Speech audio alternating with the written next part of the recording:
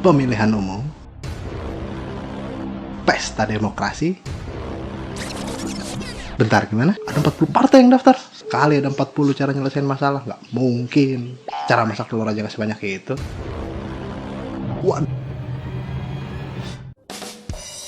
Hey guys, selamat datang di Mang Acuy Channel, sumber segala wawasan gak penting yang lahir dari rasa penasaran gue. Nama gue Acuy, the master, the sensei, the shisho of masak telur. What the fuck?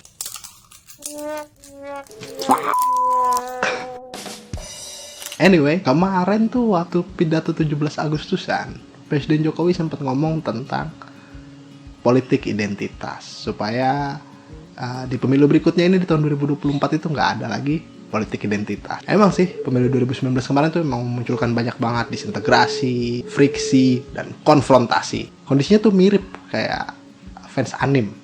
Kalau ditanya mana yang lebih bagus, Demon Slayer atau Jujutsu Kaisen?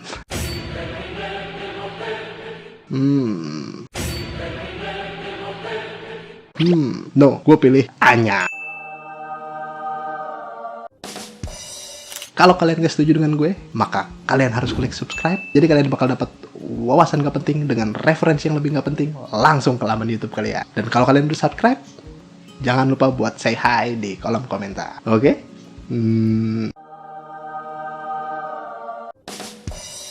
Anyway, balik lagi ke pemilu dan voting. Tanpa kalian sadari, voting itu bagian dari kehidupan sosial, men. Banyak hal kita pakai voting itu. Mulai dari milih makan malam, milih menu kondangan, sampai milih tender penyedia jasa catering buat pemerintah.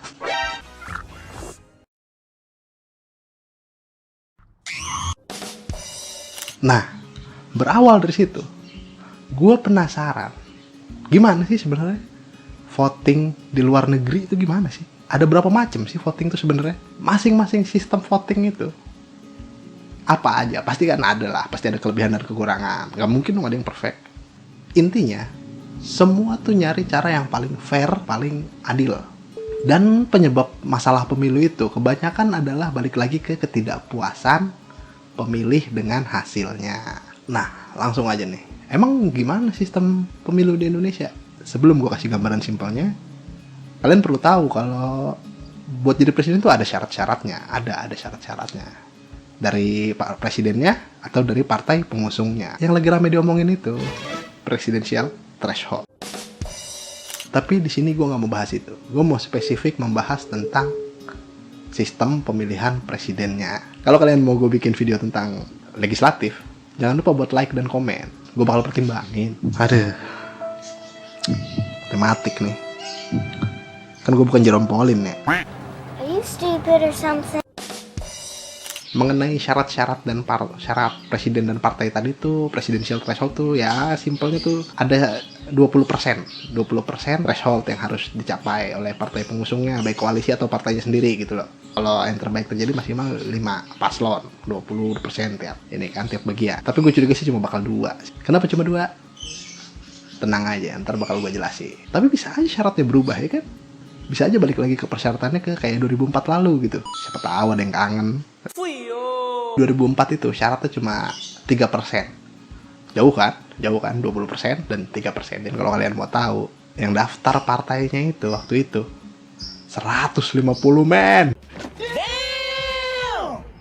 Wow. Tapi terus berkurang ke 48 dan akhirnya 24. Apakah yang kali ini akan berkurang dari 40? Kita lihat aja. Masih ada proses yang harus dilalui.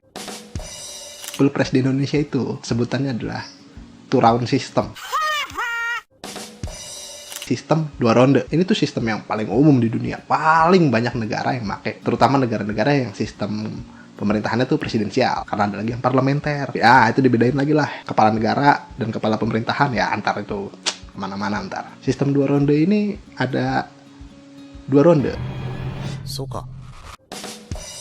Jadi sistem 2 ronde ini akan terjadi kalau ada lebih dari 2 pasangan calon presiden. Kalau ada 3 seperti ke tahun 2009 atau ada 5 seperti tahun 2004. 2 terbesar dari ronde pertama akan lanjut ke ronde kedua. Tapi kalau yang pada pemilihan pertama udah ada yang langsung lolos lebih dari 50%, ada 50% plus 1 langsung menjadi pemenang nih kalau udah 50% plus 1. Intinya adalah suara mayoritas. Dan ini kemungkinan bakal terjadi kalau ada lebih dari 2 pasangan calon presiden. Jadi kalau ada 3, kayak tahun 2009 nih kan, ada Ibu Megawati, Bapak Susilo Bambang Yudhoyono, dan Bapak Yusuf Kala. Atau di 2004, kalau kalian yang alamin ingat, ada 5 pasangan calonnya ya kan. Ada Bapak SBY, Ibu Megawati, Bapak Wiranto, Bapak Amin Rais, dan Bapak Hamzah. Siapa yang masih ingat Hamzah? Sayo. Jadi supaya lebih mudah dicerna, gue bakal jelasin ke kalian dengan contoh kasus gue coba ambil dari stand up komedi Indonesia, Suci, Kompas TV, yang keempat. Contoh doang nih. Popularitas Dodit waktu itu tidak mengantarkan dia ke juara. Ini nggak bisa nih. Harus dibawa ke MK ini. Ini bukan demokrasi nih Bang Abdur nih. Aduh mama sayang. Ini contoh doang. Canda. Jadi misal ada 6 partai Radit, Partai Feni Rose, Partai Indro, Partai Panji, Partai Uus, dan Partai Babe. Masing-masing mencalonkan calon presidennya sendiri. Bang Radit mencalonkan David, Mbak Feni Rose mencalonkan Abdur, Om Indro mencalonkan Hifzi, Bang Panji mencalonkan Zawin, Bang Uus mencalonkan Pras Teguh, dan Babe mencalonkan Dodit.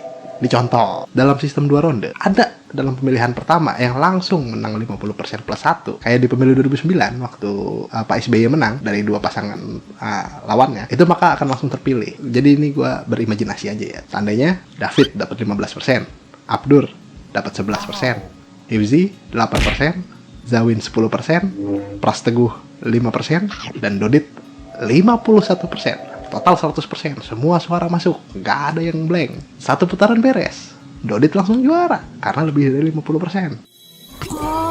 Tapi gua rasa gara-gara didukung partai juara sebelumnya sih, Bang Babe nih, partainya Babe nih emang yang bikin nih. Kalau 2 putaran, ini bakal lebih rata karena tadi kan langsung gede 51%. Nah sekarang suaranya lebih terbagi lah istilahnya. David 21%, Abdur 25%, Hifzi 6%, Zawin 12%, Pras Teguh 8%, Dodit 28%. Yang lolos dari hasil tadi, yang lolos ke ronde kedua adalah 2 calon yang persentasenya paling besar, yaitu Dodit sama Abdur. Nah, terus di putaran 2, Abdur menang dengan 51% dan Dodit 49%. Makanya banyak banget yang sebut sebagai sistem mayoritas, karena diseleksi, dieliminasi terus sampai ada suara mayoritas untuk 1 calon. Kadang-kadang akhirnya orang yang tadinya nggak mendukung dua-duanya gitu, terpaksa harus memilih salah satu gitu loh, karena tadinya dia mendukung yang lain gitu. Kayak suara pendukungnya David, Hifzi, Zawin, Pras Teguh harus terpecah gitu loh. Lucunya adalah kalau kalian sadar, suara dari yang tidak lanjut ke ronde 2 tadi lebih dari 2 calon yang maju. Nah ini salah satu masalah yang mungkin akan muncul dengan sistem 2 ronde ini. Pasti ada variasi. Sistem 2 ronde di Indonesia pun adalah variasi. Jadi walaupun paling populer di dunia, semua punya variasinya sendiri-sendiri. Wait a minute. Who are you? Kita sekarang coba kita lihat keluar negeri. Emang ada sistem apa lagi nih selain yang kita pakai di dunia? Yang kedua terpopuler sistem pemilihan presiden adalah sebutannya FPTP, singkatan dari First Past the Post. Jadi First Past the Post ini apa? FPTP ini sistem pemilihan kayak gimana sih? Nah, FPTP ini adalah sistem memilih di mana dari beberapa calon, siapapun yang pertama kali memiliki suara terbanyak, dialah yang terpilih. Jadi kalau kalian ingat tadi di sistem 2 ronde, kalau lebih dari 2 pasangan calon, beberapa calon, prosesnya eliminasi, kedua paling populer. Sedangkan kalau di FPTP nggak ada eliminasi, langsung aja. Kalau dengan contoh yang tadi, ya Dodit langsung juara. Kalau pakai sistem 2 ronde tadi, Abdur yang juara. Nah kalau pakai sistem FPTP dengan start yang sama, Dodit yang langsung juara. Beda kan? Nah, salah satu problemnya adalah preferensi. Karena seperti kita tahu tadi kan, Dodit punya masa, tapi bahkan gak sampai 1/3 dari total pemilih. Dan dari yang kita tahu, kalau seandainya mereka disuruh memilih lagi di antara 2 yang paling besar, ternyata banyak yang preferensinya lebih ke Abdur. Sehingga bakal adalah ketidakpuasan. Ini salah satu kemungkinan ketidakpuasan dari sistem First Past the Post atau FPTP. Jadi pada perkembangannya, kemungkinan besar negara-negara dengan sistem pemilihan FPTP akan menjadi sistem dua partai atau dua calon. Karena dengan keberadaan calon ketiga, maka kemungkinan ada suara yang akan terbelah gitu loh. Kata-kata bijaknya adalah terkadang terlalu banyak opsi itu menyakiti pemilihnya sendiri gitu.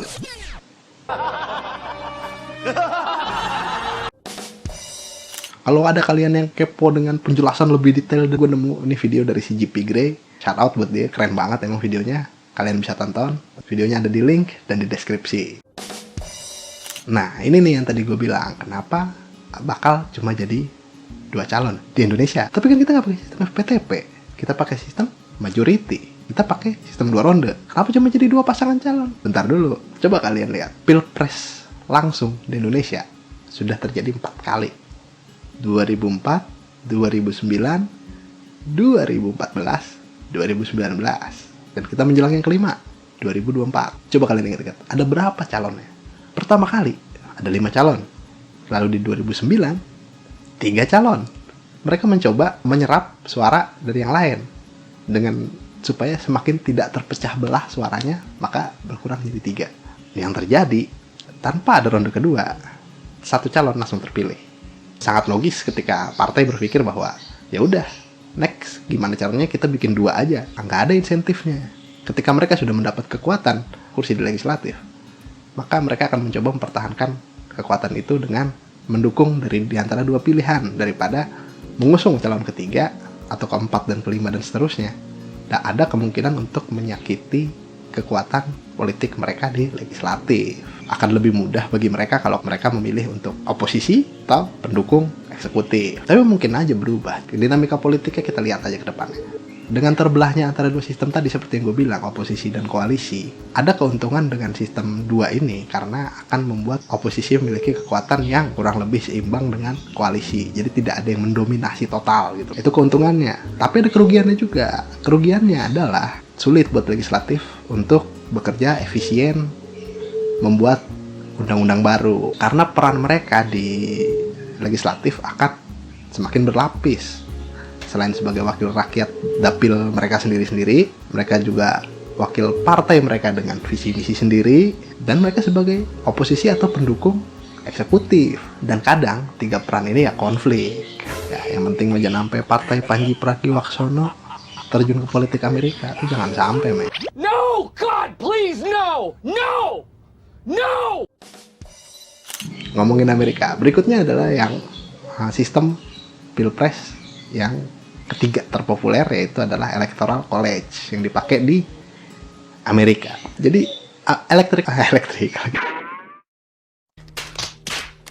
Jadi electoral college itu adalah sistem di mana pemilih memilih wakil lagi untuk memilih bagi mereka. Agak ribet.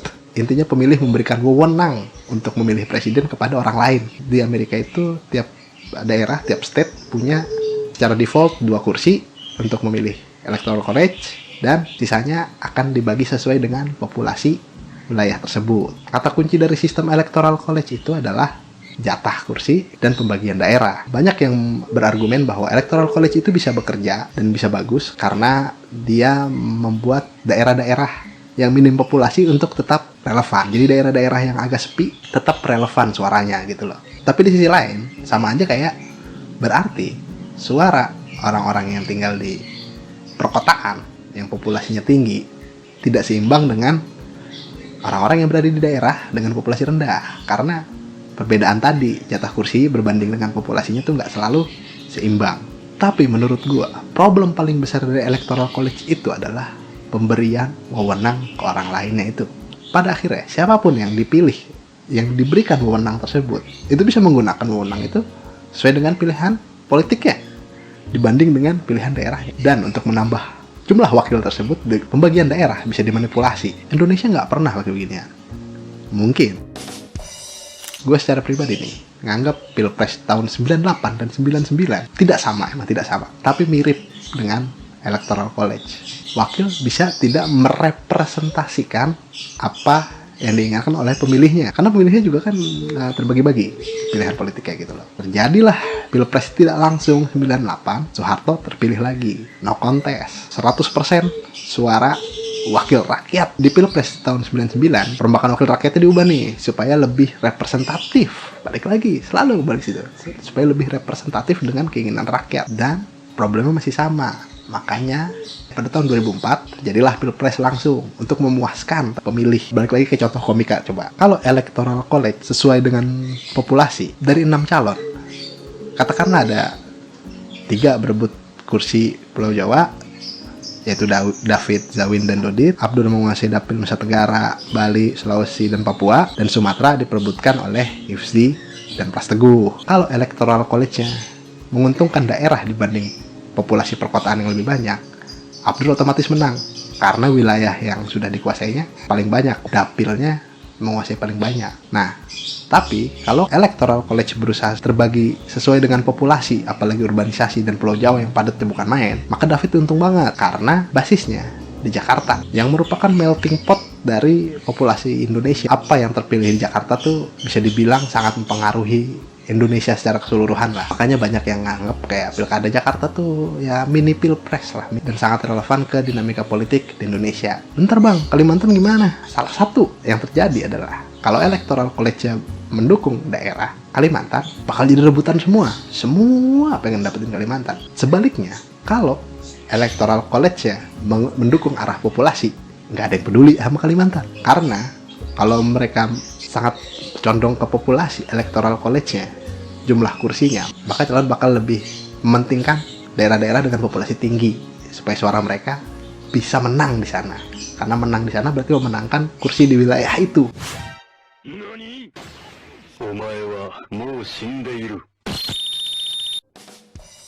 Jadi itu 3 besar sistem voting yang ada di dunia, dan beberapa variasi skenarionya di dunia komika. Intinya emang pas Suci 4 tuh favorit gue David, Abdur, sama Dodit sih emang. Ada 40 partai yang daftar. Tenang guys. Jadi semua itu terkait. Jadi FPTP dan turun sistem itu cenderung akan membuat ada dinamika politik ke arah 2 kubu, oposisi dan koalisi gitu. Tapi itu tidak berlaku buat partai. Coba kalau kalian ingat, jumlah partai tidak berkurang, tidak menjadi cuma 2 partai. Sedangkan masalah krisis representasi suara di electoral college ini berkaitan dengan komentar gue tentang identitas politik. Tidak berlaku juga buat partai. Kenapa? Coba gue tanya balik deh. Daerah udah dapat jatah kursi, ya kan? Udah ada dapil, daerah sudah dapat jatah kursi. Terus, menurut kalian, identitas apa yang ingin direpresentasikan oleh 40 partai yang mendaftarkan diri ke KPU? Apa identitas mereka? Apa yang bikin mereka berbeda? Warna dan logo, spektrum politik, rekam jejak sejarah, atau cuma beda tokoh aja? Coba tanya diri sendiri. Kalian condong ke satu partai dan tidak suka partai lain tuh kenapa?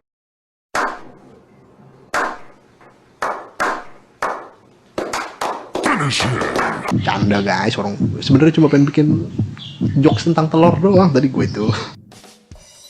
Pokoknya terima kasih buat yang udah nonton video ini sampai habis. Buat netizen yang pengen koreksi dengan edukasi, kritisi dalam reaksi, tapi tolong jangan reaksi terus disomasi. Kepada netizen semua, suara kalian dipersilahkan. Memutar lagu Suara dari Hijau Daun. No.